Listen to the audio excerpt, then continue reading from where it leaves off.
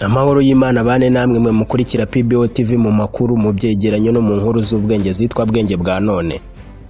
Ngarutse mu makuru ajyanye n'uwo Perezida Kagame yarahanganye nawe mu mwaka w'2000 ubwo yajyaga ku butegetsi asimbuye Pasteur Bizimungu wari weguye ku mwanya wa Perezida wa Repubulika y'u Rwanda. Uwo ninde bari bahanganye mu matora? Byose idonido ni mukanya. Nitwa Paul Biri, bahaye ikaze.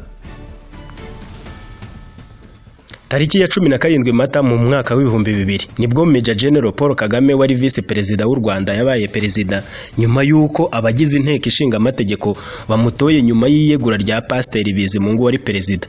Iryo tora kugira ngo ribe Perezida Kagame yari ahatanye na Dr. Charles Murigande, aho abadepite bamutoye ku majwi 81 mu gihe Murigande yagize amajwi 5.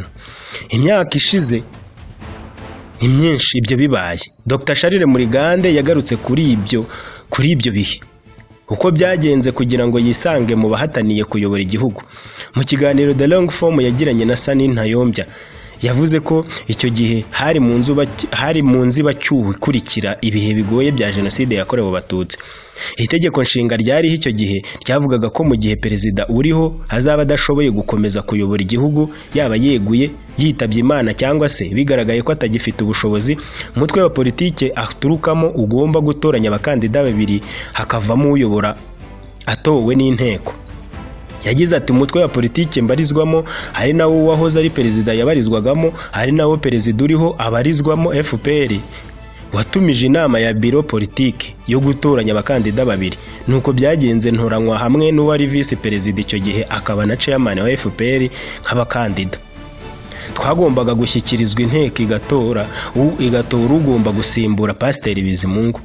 Murigande asobanura ko muri ayo matora yo muri FPR yaje ari uwa kabiri akurikiye Kagame, ngo ayo matora yabaye hashize igihe gito kigera nko ku cyumweru Pasteur Bizimungu yeguye. Kwegura kwa Pasteur Bizimungu ntikwatunguranye. Ukwegura kwa Pasteur Bizimungu wari perezida wa Repubulika y'u Rwanda kwari gutunguranye ku ruhande rumwe, ariko kubera ibibazo byari bimaze iminsi mu ishyaka ntabwo bamwe batunguwe.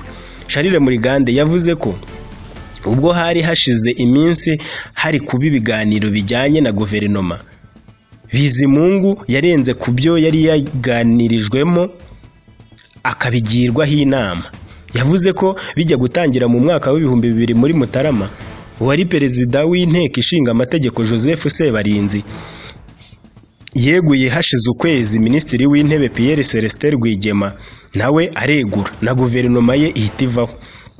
Mu magambo ye agira ati twatangiye ibiganiro n'indi mitwe ya politike kuko twari mu nzibacyuho kugira ngo dushyireho guverinoma nshya.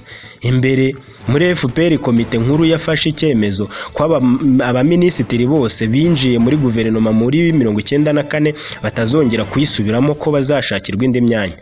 Yavuze ko impamvu uwo mwanzuro wafashwe wari ushingiye ku kuba barakoze mu bihe byari bigoye, nta nzego z'imiyoborere zihamye, uburyo bwo kugenzura imikorere butaboneye, ndetse bamwe bashobora no kugwa muri za ruswa. Ati twari twatangiye gukora ubushakashatsi bwimbitse kugira ngo tumenye uburyo bakora inshingano zabo, kuko hari ibihuha byinshi byarimo bivugwa bijyanye na ruswa hirya no hino mu gihugu. Rero dufata umwanzuro nka FPR abaminisitiri bose binjiye muri guverinoma muri 1994 ko batazasubira muri guverinoma nshya. Ariko Perezida Bizimungu we yashakaga ko umwe muri abo baminisitiri aguma mu nshingano. Byari bigoye kugira ngo FPR byemere. Icyo gihe Bizimungu yari vice chairman wa FPR, mu gihe vice perezida yari Paul Kagame. Mu gihe vice perezida Paul Kagame ari we wari chairman wa FPR. Uwo mu minisitiri Bizimungu yashakaga ko aguma muri guverinoma yari Patrick Mazimpaka. Mazimpaka yabaye minisitiri w'urubyiruko, siporo n'amakoperative muri Nyakanga muri 1994. Nyuma muri 1996 no kuvuga nyuma y'imyaka 2 gusa agirwa minisitiri wo gucyura impunzi no gusana ibyangijwe n'intambara. Nyuma yaho yabaye minisitiri muri perezidanse. Impamvu Bizimungu Pasteur yashakaga ko Mazimpaka aguma muri guverinoma ni ibintu benshi batayiyumvishaga. Ahari ntabwo Bizimungu yumvaga ko ari perezida afite uburenganzira bwo kugena uko ibintu bigenda. Murigande Charles akaba na dogiteri yavuze ko Bizimungu yibagiwe ko FPR iri hejuru ya buri munyamuryango wese hatitawe ku nshingano afite. Ati niba FPR yarafashe umwanzuro yagombaga kuwubahiriza nta kindi arengejeho. Yavuze ko yumvaga ko perezida wa Repubulika ari we muyobozi wa byose. Ati kiriho nuko yibeshyaga, niba ari uko yabitekerezaga mu mutwe we ntabwo ariko byagombaga gukorwa, nta nubwo ari uko bikorwa muri FPR. Guverinoma nshya yaje gushyirwaho iyoborwa na Makuza Bernard irarahira itangira imirimo, ariko ku munsi w'irahira Bizimungu yavuze ijambo ryumvikanye nabi. Muri iryo jambo Bizimungu yavugaga ko inteko ariyo yananije guverinoma yabanje igatuma yegura. Muri gahunda asobanura ko muri icyo gihe FPR yari ishishikajwe nuko buri wese abazwa inshingano ze, uzikora nabi akabibazwa akabiryozwa. Ati yanenze ibikorwa by'inteko byo kubaza inshingano, ijambo rye ryose ryari ukwibasira ibyari biri gukorwa bigamije kwimakaza imiyoborere myiza muri icyo gihe mu gihugu. Iryo jambo yarivuze ari ku wa mbere nyuma y'iminsi 2 yandika ibaruwa yegura, aho muri gahunda yavuze ko bishoboka ko ashobora kuba yari yarumvise ko iryo jambo ritazamworohera cyane ko no muri FPR hari hatangiye urugendo rwo kwibaza impamvu yavuze ayo magambo. Ati yari abizi ko biro politiki ifite ubushobozi bwo kumweguza, aho gutegereza ko yeguzwa ahita yegura ku mwanya we. Kubera ubwo bwegure bwe byasabye ko inama ya biro politiki itoranya abantu 2 bagomba gutorwamo n'inteko uyobora igihugu. Bizimungu yaketse ko niyegura abahutu bari bwigaragambye.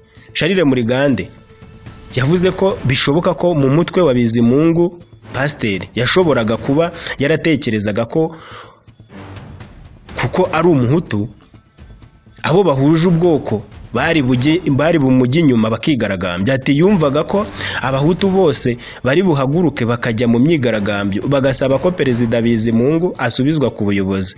Icyo gihe nari umunyamabanga mukuru wa FPR, nayoboraga inama y'ihuriro ry'imitwe ya politiki.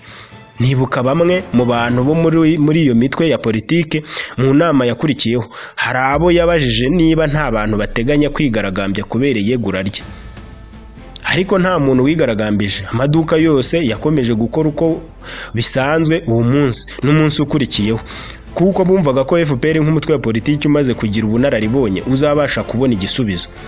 Yari umukandida watanzwe na FPR, ni FPR yamushyize ku butegetsi muri 1994 kandi FPR yari igihari. Abaturage b'u Rwanda kubera ubunararibonye bwabaranze muri icyo gihe batekereje ko nta kintu cyo gutuma bahangayika, ko FPR ibifitiye ububasha ndetse bifite byose mu murongo. Murigande yavuze ko icyiza ari uko Bizimungu yeguye yamaze kurahiza guverinoma, kandi itegeko ryari icyo gihe rigena ko mu gihe perezida wa Repubulika yeguye visi perezida afata inshingano. Ati nta cyuho cyari gihari, hari guverinoma, perezida yari ahari, nteko ishinga amategeko, urukiko rw'ikirenga rwari ruhari, nta kintu cyari gutuma abantu bahangayika. Dr Charles Murigande yavuze ko guhatana na perezida Kagame bitatunguranye. Murigande yabajijwe niba mu by'ukuri yarashakaga gutsinda amatora, asubiza ko na mbere yuko umunsi w'amatora ugera abantu benshi babazaga uko ibintu bimeze, akabasubiza ko iyo aza kuba mu batora yari gutora Kagame. Ati mu by'ukuri yari umukandida mwiza kundusha, rero namamaje uwo twari duhatanye. Umutwe wa politike watekereje ko ugiye gutoranya abakandida 2 beza, ko nubwo haba impanuka nkatorwa bari bizeye ko naba perezida mwiza. Murigande yavuze ko we na Kagame bari abakandida ba FPR kandi nk'umutwe wa politike wari witeguye gushyigikira umwe muri bo uri butsinde. Ati rero nyuma nakomeje gukora akazi nari nshinzwe nk'uko bisanzwe kandi nishimye, ntabwo nicuza kuba ntaratowe. Hanini urebye aho u Rwanda rugeze mu myaka ishize, nishimiye ko amatora yagenze igihugu kigatera imbere uko kimeze ubu. Ese Dr Charles Murigande iyo aza gutorerwa kuba perezida w'u Rwanda yari kuba ari umuperezida umeze ute? Nahangaha nsoreje mbashimira kuba mwanteza amatwi, nanagushimira wowe ugiye gukora subscription kugira ngo dukomezanye mu nkuru no mu byegeranyo no mu nkuru z'ubwenge zitwa bwenge bwa none. Ndabashimiye. Ciao, nitwa Paul Billy.